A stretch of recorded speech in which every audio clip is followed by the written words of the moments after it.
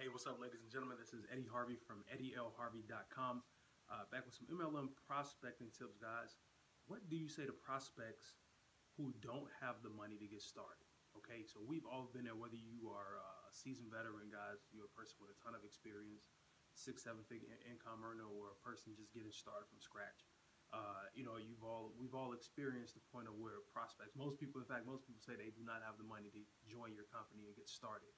And at the end of the day, guys, just to be honest with you, no other way to put it, most people are not telling the truth. They're lying. People do have the money. People have money for anything they want to have money for. And I've seen people who cry flat broke, or people who don't have anything turn around and spend hundreds of dollars on stuff. So it's all about people being able to show them the value and being able to, put in their mind the ways that they can come up with the money, guys, because sometimes they're just not thinking that way.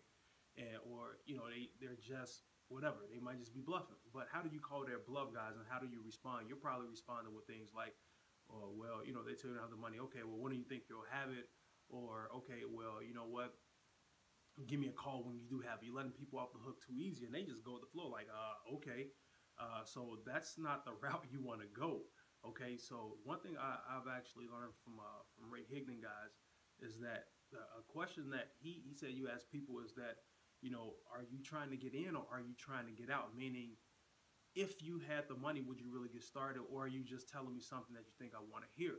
You got to call people bluff and put them on the spot, put them on blast. Now, typically say, well, if I truly had the money, yes, I would get started. Or some people just tell you, like, you know what, this is not for me. When you call people out, they'll tell you the truth. And with people, you have to dig deeper.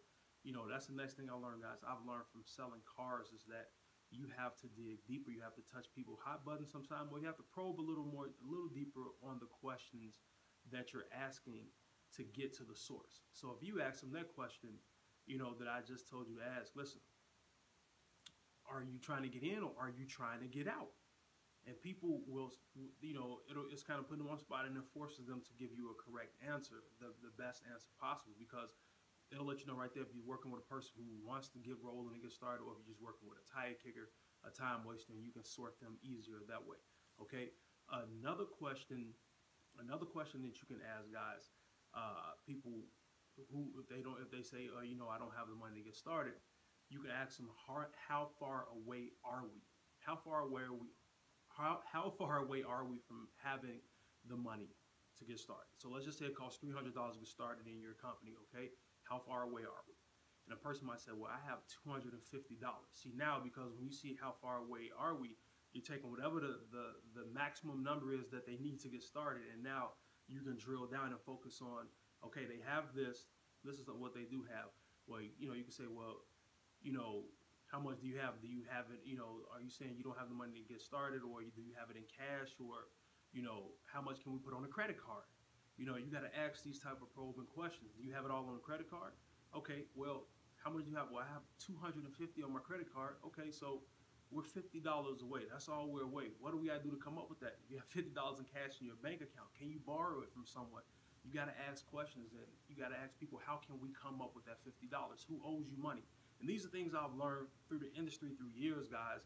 And like I said, even with selling cars, I've learned you got to ask more probing questions. And once you do that, guys, people will open up, and they might be locked out at that time, or they might just need you to push that button to get them to expose to where they can come up with the money that they need to get started. But believe me, people do have the money. So you can ask questions like that, dig a little deeper, do not let people off the hook. And people, if they truly want to get started, they'll tell you. And if they don't, they'll be like, you know what, man, this is not for me. I'm not going to waste your time. Cool. But if they want to get started, they will do what they have to do.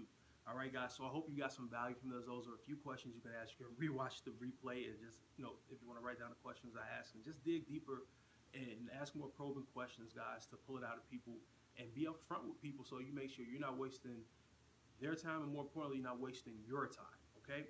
So I hope you all got some value from this. And listen, guys, if you're looking for more ways to prospect, more ways to generate leads for your network marketing business, guys, click the link below this video and you actually get access to a free training that will show you how you can start generating leads for your business, both online and offline.